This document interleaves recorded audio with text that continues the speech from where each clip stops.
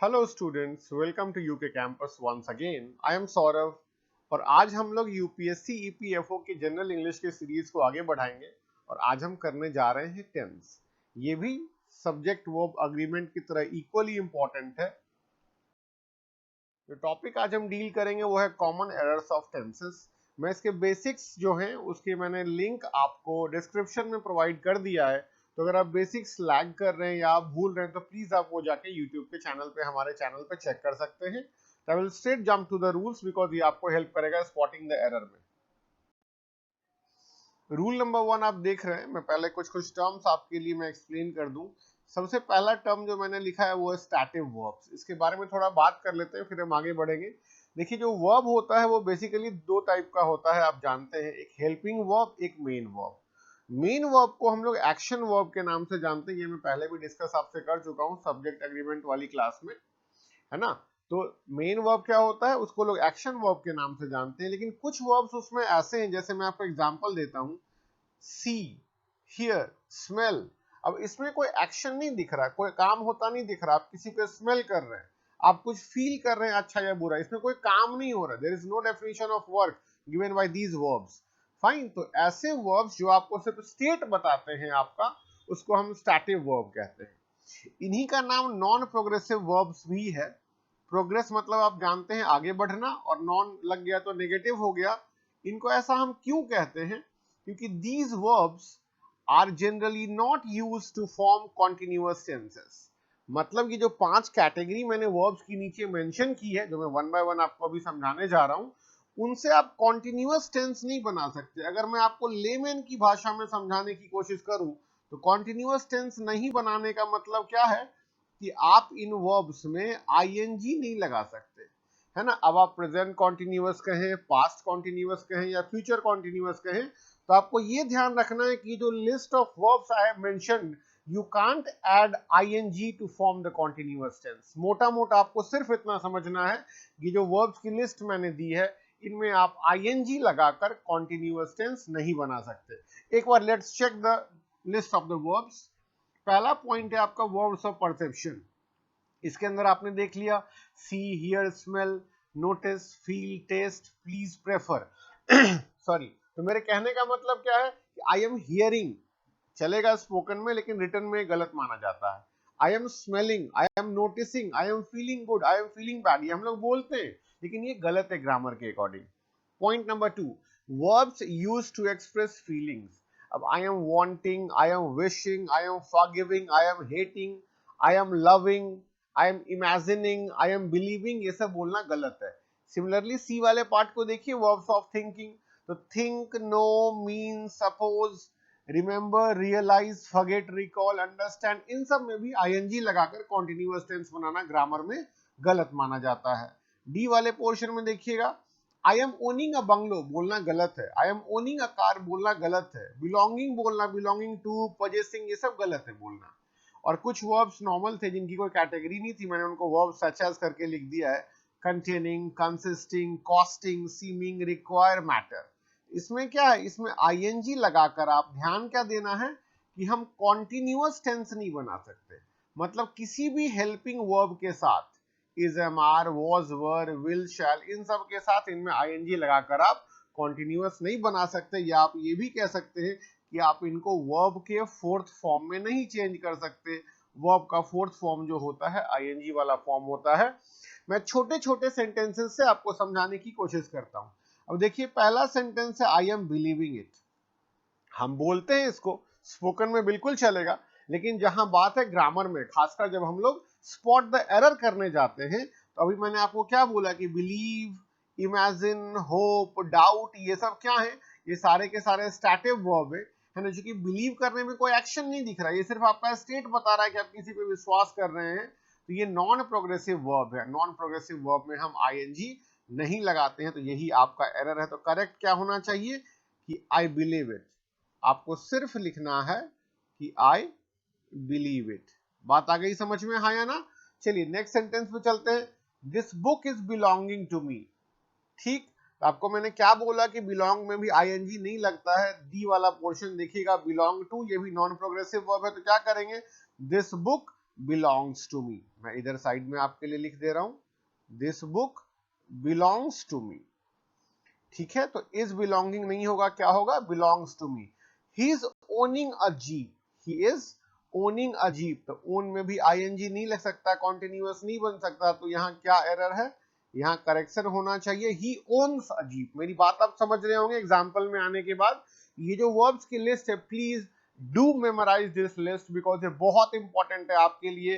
और जब ये वर्ब्स की लिस्ट आपके पास होगी और ऐसा कोई एरर वाला सेंटेंस होगा तो आपको हार्डली 2 to 3 सेकेंड्स लगने हैं उस सेंटेंस से एरर फाइंड आउट करने में। एक दो और सेंटेंसेस देखते हैं। I am understanding what you say, I am understanding what you say. तो अब अंडरस्टैंड भी क्या है, ये भी आपका स्टैटिव वर्ब है ना, नॉन प्रोग्रेसिव वर्ब है, तो यहां भी क्या हो जाएगा, आई understand what you say, I understand what you say, ing नहीं लगाना है। Similarly we are hearing the bell नहीं होगा, क्या होगा, वी हियर द बेल। ठीक है, क्लियर है, तो जस्ट मेमोराइज दिस, कुछ भी आपको ज्यादा नहीं करना, ज्यादा सोचना समझना नहीं है, बस इतना जानना है कि नॉन प्रोग्रेसिव वर्ब्स जो है इनमें ing लगाकर कॉन्टिन्यूअस टेंस हम नहीं बनाते हैं। डन, चलिए let's move on to rule number 2। अब देखिए रूल नंबर 2 क्या कहता है कि present perfect tense is generally used with these adverbs of present time. देखिए ये सब प्लीज मैंने आपके लिए ना ये बड़ा मुश्किल से ढूंढ ढूंढ के निकालने हैं वर्ड्स, क्योंकि आप ग्रामर की कोई एक बुक कंसल्ट करेंगे तो वहां 4-5-6 वर्ड से ज्यादा नहीं दे रखे हैं, और ये जितने लास्ट ईयर के क्वेश्चन है उन्हीं के बेसिस पे मैंने ये ढूंढ के निकाला है। Ever, never, always, occasionally, often, several times, already, yet, just, lately, recently, so far, up to now, up to the present, since, for, during the last weeks, during the last few years। इन सब में grammar में क्या होता है कि generally आपको ध्यान दीजिएगा, ये वर्ड्स अगर सेंटेंस में आपको दिखते हैं तो आपको प्रेजेंट परफेक्ट टेंस का यूज करना है। और अगर आप भूल गए हो प्रेजेंट परफेक्ट टेंस तो मैं आपको बता दूं कि हैज या हैव के साथ हम वर्ब की थर्ड फॉर्म को यूज करते हैं प्रेजेंट परफेक्ट टेंस में। ठीक है, चलिए तो मैं आपको एग्जांपल से समझाने की कोशिश करता हूं। She did not go yet. अब येट क्या है, येट आपका एडवर्ब ऑफ प्रेजेंट टाइम बताता है। ठीक है, इसको भी आपको सिर्फ मेमोराइज करना और कुछ नहीं करना, ताकि आप देखते करेक्ट कर सके सेंटेंस को। She did not go yet, तो आपको क्या करना है, इसको प्रेजेंट परफेक्ट में चेंज करना है। तो यहां आप कर सकते हैं she has not gone yet, she has not gone yet। आपको क्या ध्यान रखना है, ये जो वर्ड्स हैं जनरली इनमें हम प्रेजेंट परफेक्ट का यूज करते हैं। अब देखिए तो डिड नॉट गो नहीं होगा, क्या हो जाएगा, हैज नॉट गॉन हो जाएगा। सेकेंड सेंटेंस देखते हैं, he worked here for 5 hours, he worked here for 5 hours। अब यहाँ क्या होगा, अब यहाँ जहां फॉर और सिंस लगा हुआ होता है, नेक्स्ट रूल में मैंने आपको एक्सप्लेन किया है, इसको और बेहतर मैं एक अलग से वीडियो में समझा दूंगा। ठीक है, तो सिंस और फॉर में भी हम या तो प्रेजेंट परफेक्ट लगाते हैं, या प्रेजेंट परफेक्ट कॉन्टिन्यूअस लगाते हैं, या पास्ट परफेक्ट लगाते हैं, पास्ट परफेक्ट कॉन्टिन्यूअस लगाते हैं। ठीक, तो he worked here for 5 hours बोलना गलत है, तो या तो आप ही हैज कर लीजिए कि he has worked here for 5 hours, या आप ही हैड भी कर सकते हैं। ठीक, ये दोनों ही ठीक माना जाएगा। चलिए अगला देखते हैं, द ट्रेन ऑलरेडी लेफ्ट। तो ऑलरेडी क्या है, ये एडवर्ब ऑफ प्रेजेंट टाइम है, और जनरली हम लोग इसमें प्रेजेंट परफेक्ट का यूज कर सकते हैं, है ना। तो आप यहां भी क्या करेंगे, the train has already left. Left अपने आप में सेकेंड थर्ड फॉर्म है, इसलिए सिर्फ हैज लगा दीजिए, the train has already left. ठीक है, एक और सेंटेंस देखिए, Saurabh completed his work up to now.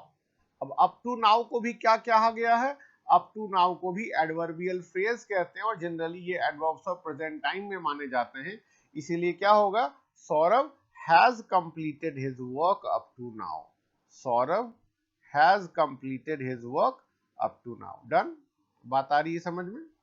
ठीक है, मैं यहाँ पे हैज मेंशन कर दे रहा हूं। चलिए अब हम लोग, बस आपको क्या करना है, देखिए मैंने आपके लिए ना बड़ा एक कंपाइलेशन है, मान लीजिए कॉमन एरर्स के रूल्स की टेंस की, आप जस्ट मेमोराइज करते चलिए वर्ड्स और खटाक से आप इसका आंसर निकालते चलेंगे। अब हम चलते हैं रूल नंबर 3 में मैंने आपको सिर्फ फॉर और सिंस के साथ यूज किए जाने वाले टेंसेस और उनके वर्ड्स बताए हैं। I will just read these out for you.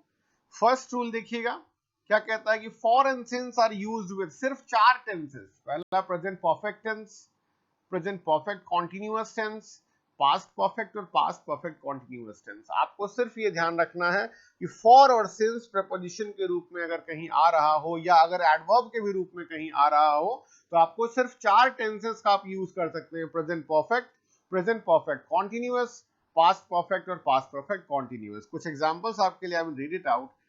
For is used before, ये सब आप जान रहे हैं ऑलरेडी, मैंने जस्ट मेंशन कर दिया है कि when you go through this video तो आपको एक रिवीजन मिल जाए।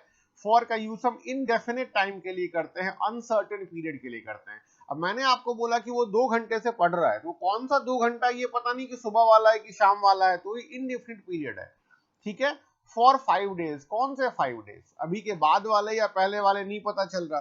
Similarly for many days, for 2 weeks, for several weeks, for 3 decades, for 5 centuries, for 5 hours, for the last 5-6 years, है ना। तो ये सब क्या है, पता नहीं चलता कि एग्जैक्ट टाइम की क्या बात हो रही है। हाँ, लेकिन जब आप सिंस की बात करते हैं तो सिंस आपको एक डेफिनेट पीरियड ऑफ टाइम या पॉइंट ऑफ टाइम बताता है। एग्जांपल देखिए, आप बेहतर समझेंगे। मैंने बोला सिंस मंडे या सिंस ट्यूसडे, डेफिनेट टाइम है। सिंस जनवरी, फरवरी, अब साल में जनवरी फरवरी एक ही बार आता है, बार बार तो नहीं आता एक साल के अंदर। सिंस 1980, सिंस 1990, अब ये पूरे कैलेंडर में ये जो ईयर है एक ही बार आएगा। Since morning, since evening, since 5 o'clock, since 7 PM, आप चेक करें ये सब एग्जैक्ट पॉइंट ऑफ टाइम है। Since last Monday, since last मार्च। बस एक चीज ध्यान रखिएगा, हो सकता है ये रूल्स पढ़ते वक्त आप रूल नंबर 3 में कंफ्यूज हो, वो भी क्यों होंगे मैं आपको बता देता हूं। अब देखिए, मैंने फॉर के यूज में लिखा है फॉर द लास्ट 5 आवर्स, और सिंस में भी मैं लास्ट लगा रहा हूं। आपको ध्यान बस ये देना है कि लास्ट अगर द के साथ आएगा, प्लीज मेरी बात बहुत ध्यान से सुनिएगा, लास्ट अगर द के साथ आएगा तो फॉर लगाना है, और लास्ट विदाउट डिटर्मिनर के साथ आएगा तो आपको सिंस लगाना है। सिंस लास्ट मंडे होगा, सिंस लास्ट मार्च होगा, लेकिन फॉर द लास्ट 5 ईयर्स होगा। क्यों? क्योंकि यहाँ द आया है। ध्यान रखिएगा, ये आपको टाइम ड्यूरेशन और एग्जैक्ट पॉइंट ऑफ टाइम का डिफरेंस समझाने की कोशिश की है मैंने। अब हम चलते हैं रूल नंबर 4। देखिए, बहुत इंपॉर्टेंट रूल है ये, और बहुत कंफ्यूजन भी लोगों को होता है। अगर आप सेंटेंस से पढ़ें तो और अच्छी बात है, वरना मैं आपको समझा देता हूं कि जिन सेंटेंसेस में, समझिएगा मेरी बात को, है ना, टाइम एक्सप्रेसिंग वर्ड्स हो, टाइम एक्सप्रेसिंग वर्ड्स जैसे yesterday, yesterday morning, yesterday noon, yesterday evening, the other day, ago, छोटा सा ध्यान दीजिएगा, लास्ट मॉर्निंग, ये मैंने लास्ट मॉर्निंग के बाद स्लैशेस जो डाले हैं, इसका मतलब लास्ट हर वर्ड से कनेक्टेड है। Last morning, last evening, last night, last day, last week, last month, last year, last movement, है ना, लास्ट सब में कनेक्टेड है। लास्ट के साथ कोई भी टाइम एक्सप्रेस करने वाला वर्ड हो, या आपको कोई एग्जैक्ट ईयर मंथ दिया गया हो, इन मार्च 1947, इन मई 1987, तो इन सब में आपको सिंपल पास्ट टेंस का यूज करना है। ये ग्रामर में करेक्ट माना जाता है। ठीक है। जनरली हम क्या करते हैं, सिंपल पास्ट टेंस का यूज करते हैं। होने को तो पास्ट परफेक्ट का भी यूज हो सकता है, लेकिन जब आप प्रेजेंट परफेक्ट में और सिंपल पास्ट में कंफ्यूज हो रहे हो तो जनरली आपको क्या होता है, एग्जाम में प्रेजेंट परफेक्ट में सेंटेंस दिए जाते हैं इन सब वर्ड्स के साथ, तब आपको वहां पे एरर जो फाइंड करना होता है, तो आप ध्यान रखिएगा, yesterday, ago, the other day, last year, last month, last morning, last week, या कोई फिक्स ईयर या मंथ दिया गया हो तो वहां हम सिंपल पास्ट का यूज को करेक्ट मानते हैं according to English modern grammar. ठीक है। अब आप चेक करें सेंटेंसेस।